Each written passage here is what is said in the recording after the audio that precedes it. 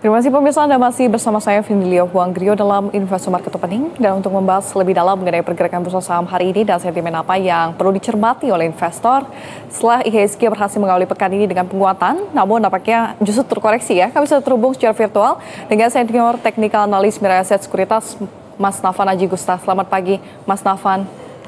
Selamat pagi Pak Vini, selamat pagi pemirsa Berita 1 TV. Oke, luar biasa sekali Mas Nafan, sangat cerah. Namun nampaknya IHSG hari ini justru harus berbalik arah atau pullback ya. Anda lihat sebetulnya apa yang menjadi sentimen utama yang menyebabkan IHSG harus berbalik arah atau terkoreksi pada hari ini, Mas Nafan? Ya, di sini untung saja pergerakan IHSG masih jauh di atas support di 7.139 ya. Berarti saya anggap ini untuk hari ini koreksi IHSG itu hanya wajar saja begitu. Karena kan posisi IHSG saat ini kan hanya di 7.214 ya. Jauh di atas support di 7.139.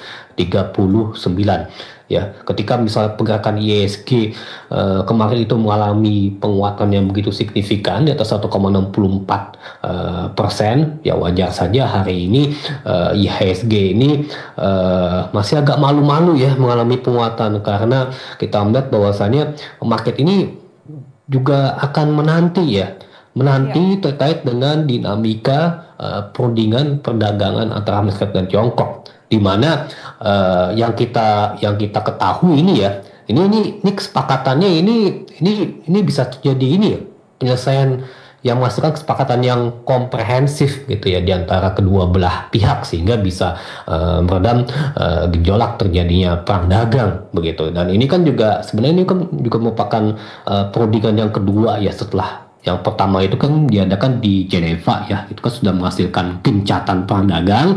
Ini kalau misalkan di perundingan kedua ini kan membahas terkait dengan dinamika supaya bagaimana agar Amerika Serikat bisa mendapatkan akses pasar ya untuk produk-produk yang diekspor dari Tiongkok ya, berupa itu ada tanah jarang misalnya, kemudian juga market, karena memang ini memang benar-benar dibutuhkan ya oleh Amerika Serikat ya untuk meningkatkan added value ya. Jadi memang saya pikir ini kan negosiasinya kan, perundingannya ya itu kan berjalan intens ya di London begitu, dan dari ini yang membuat para pelaku pasar menunggu-nunggu begitu. Dan di sisi lain juga kita menunggu data terkait dengan perilisan US Consumer Price Index ya, hemat saya ya. Ini yang kita tunggu-tunggu begitu, karena kalau misalkan jika masih terjadi inflationary pressure ya di Amerika Serikat, karena memang US CPI ini juga masih diproyeksikan akan tetap tinggi ya. Masih di atas range yang ditetapkan oleh The Fed ya, di kisaran 2%, karena proyeksi itu di kisaran bisa 2,5% ya, dari perilisan pada bulan lalu di kisaran 2,3%.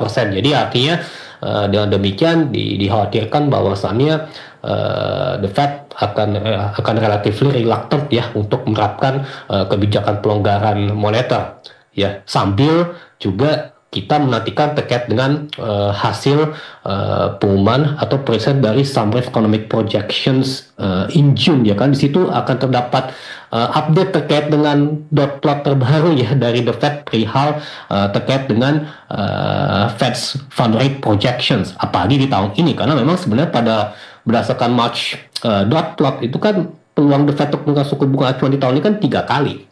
Tapi karena sering dengan adanya US inflationary pressures ya, misalnya yang belum begitu cooling down ya, kalau berdasarkan dari some aggregated meeting probabilities ya, itu memang dikhawatirkan dari 3 kali bisa turun ke 2 kali begitu peluang dari The Fed untuk menurunkan suku bunga acuan begitu.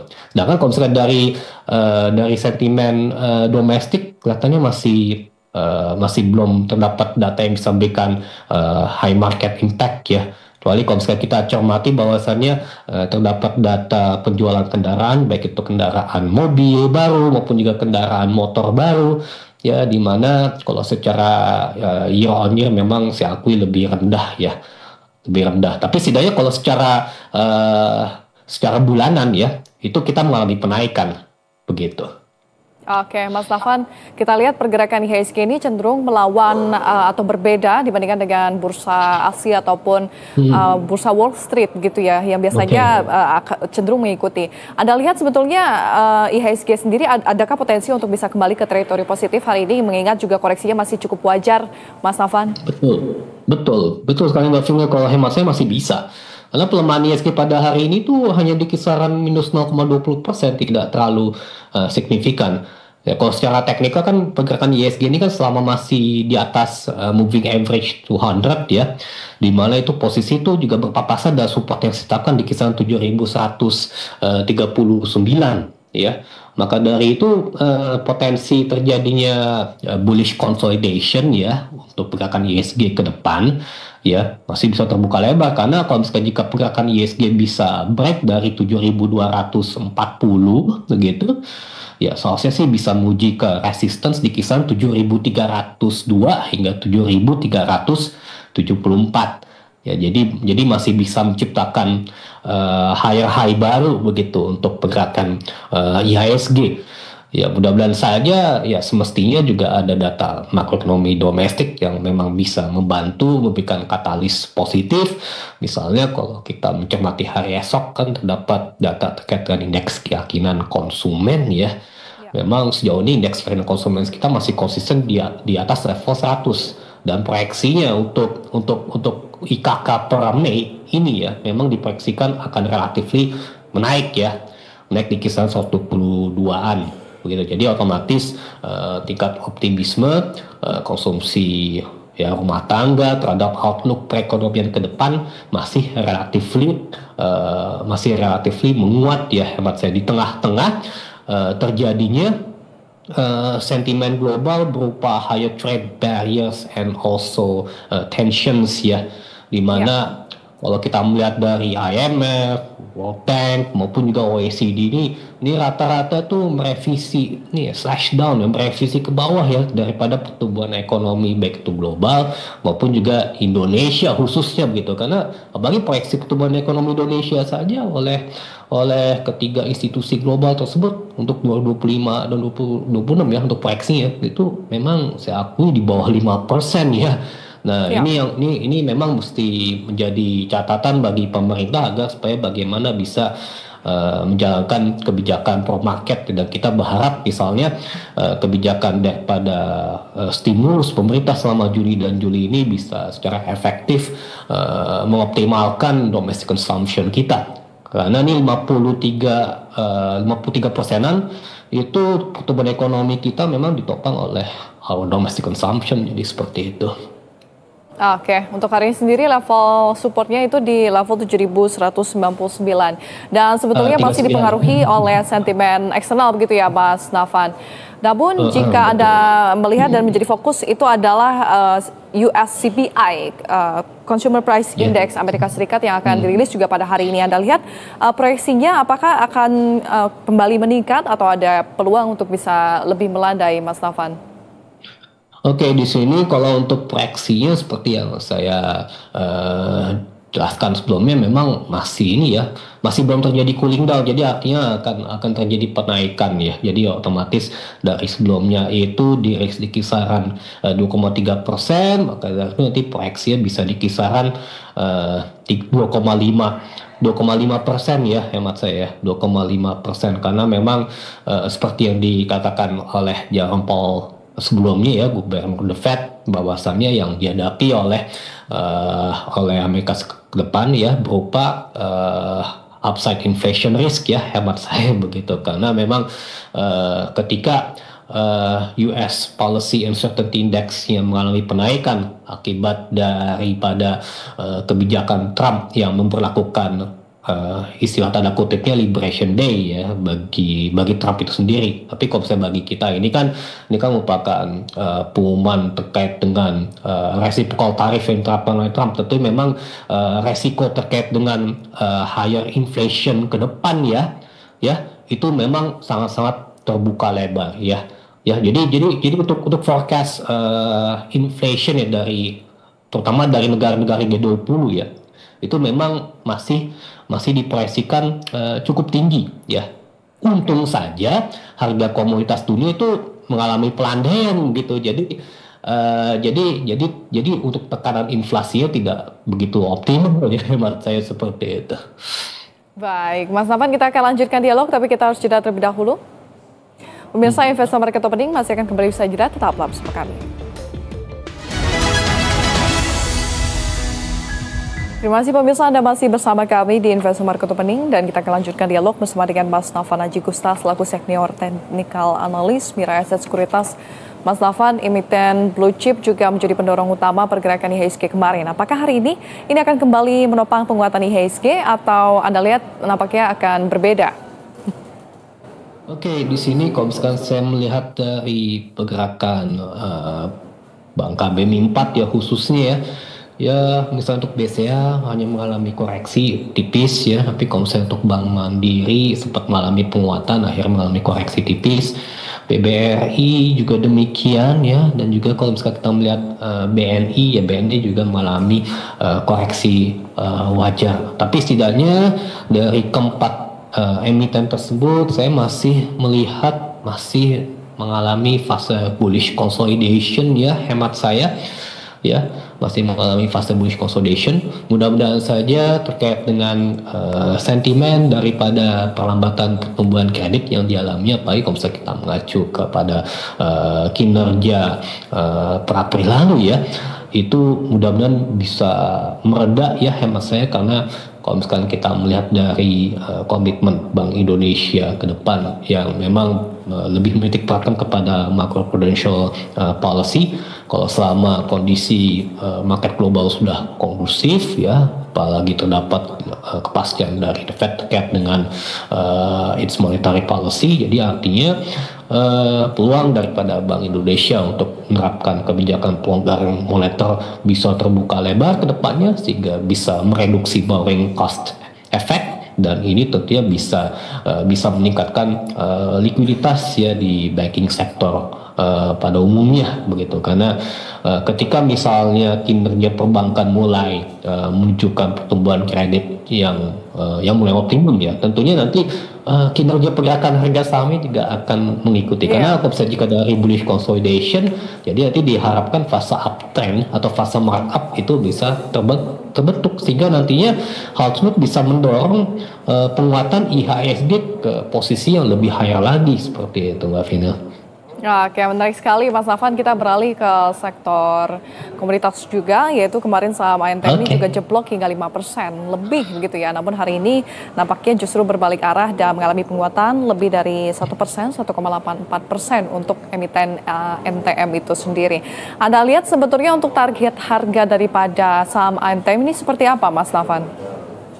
Oke, di sini kalau untuk pergerakan harga saham Antam, di sini kalau misalnya secara teknikal, ini kan harusnya ini ya, harusnya sih dia sudah wave 5 itu posisi di kisaran 3.460. Apalagi saya melihat RSI-nya sudah terlihat extreme overbought. Di sisi lain juga terjadi negatif divergence begitu. Jadi otomatis untuk fase uptrend dari Antam ya, untuk kedepannya bisa relatif terbatas, karena kalau misalkan ketika terjadi dua kali koreksi wajar yang terjadi baik itu pada tanggal 5 maupun juga di tanggal 11 Juni ini akibat maksudnya 10 Juni ini ya, akibat dari adanya dinamika safe raja 4 ya itu tentunya membuat para pelaku investor lebih cenderung melakukan aksi profit taking ya untuk Antam. Jadi kelihatannya untuk pergerakan harga saham Antam nih, kalau misalnya jika hari ini dia tuh paling untuk level resistance-nya dibatasi di kisaran baik itu di 3.370 hingga 3.520. Ini sebagai area daripada wave B ya. Karena kalau wave C dia bisa turun lagi nih. Misalnya ini terdapat support di kisaran 3.200 maupun juga di 3.060. Nah ini area wave C ini yang kita perlu antisipasi ya. Kalau misalnya jika dinamika terkait dengan polemik yang saya sebutkan tadi ya, nah itu kembali mencuat seperti itu.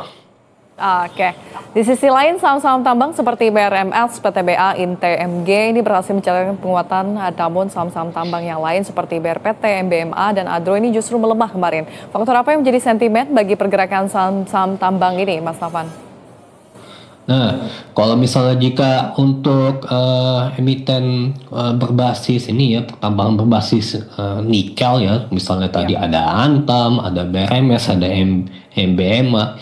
Sebenarnya kalau misalnya kita melihat dari kondisi pergerakan harga nikel dunia ini, yang penting masih berada di ini ya, di atas daripada lower base ya, setidaknya demand masih tetap ada begitu ya, walaupun masih belum begitu optimal.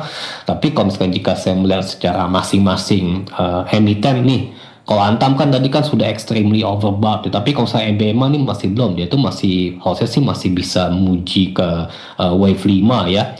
Wave 5 itu dia tuh ya perkiraan tuh masih berada di kisaran 550 hingga 580 untuk sementara ini ya. Sedangkan kalau untuk support dari MBMA ini berada di kisaran 412.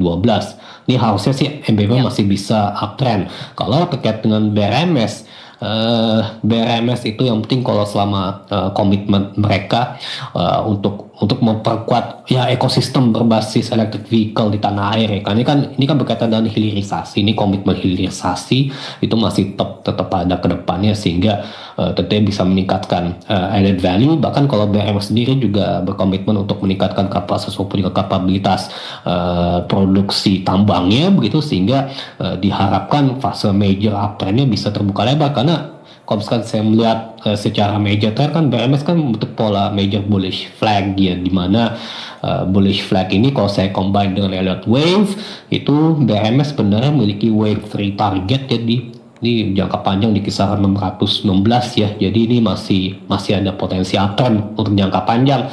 Sedangkan kalau untuk range terdekatnya ya, untuk support resistance terdekat dari BRMS yakni di level 424 hingga 460 ya, jadi seperti itu. Terus tadi untuk selain dari emiten tambahan tadi ada ini ya, batubara ya tadi, maaf ya, batubara ya. Tadi ada PTBA, ITMG maksud saya. Coba kalau jika saya melihat satu persatu ya, PTBA ini menguatnya agak terbatas karena terjadi negatif divergence ya dari RSI indicator. Memang sempat mengalami breakout sedikit ya dari rising wedge, tapi bisa dibentuk sell on strength. Sementara itu kalau kita melihat ITMG ini harusnya sih bisa buy weakness ya, bisa kumulatif buy ya, karena masih berada di standar deviasi negatif, masih ini undervalue. Sedangkan kalau kita melihat Adaro ini sideways, dia bentuk pola rectangle dengan support di 2070 hingga 2360. Kalau saya rasa potential upside ke 2360 untuk Adaro masih terbuka lebar. Oke, Mas Nafan, saham perbankan Big Cap ini juga kompak melesat ya pada perdagangan kemarin, namun nampaknya hari ini justru harus terkoreksi. Bagaimana analisa Anda terkait dengan kinerja saham perbankan dalam beberapa hari terakhir ini? Oke, nah ini kecuali BCA ya, kalau BCA itu kan kinerja pertumbuhan kreditnya masih optimum, bisa double digit. Sedangkan kalau untuk kinerja saham-saham perbankan lainnya, khususnya Big Four Banks ya, itu memang mengalami kinerja pertumbuhan kredit yang single digit ya, bahkan juga mengalami underwhelming ya. Terlepas dari itu, bank-bank Big Four Banks tersebut bisa mampu menekan kenaikan non-performing loan ya. Yang penting masih bisa menjaga mitigasi resiko dan baik.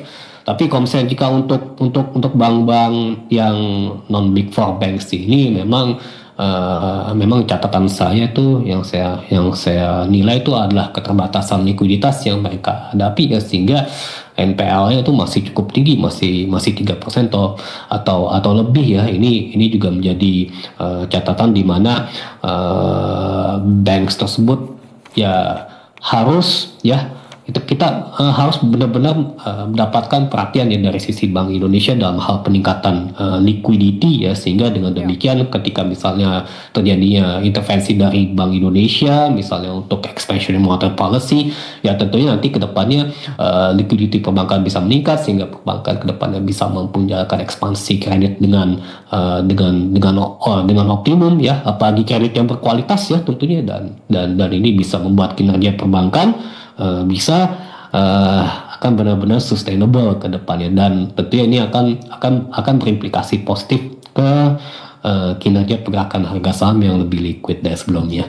Baik, Mas Nafan, kita beranjak ke sentimen skema co-payment asuransi kesehatan yang terhadap emiten-emiten rumah sakit ini seperti apa pengaruhnya? Apakah dapat mempengaruhi saham-saham sektor kesehatan juga dengan adanya sentimen ini?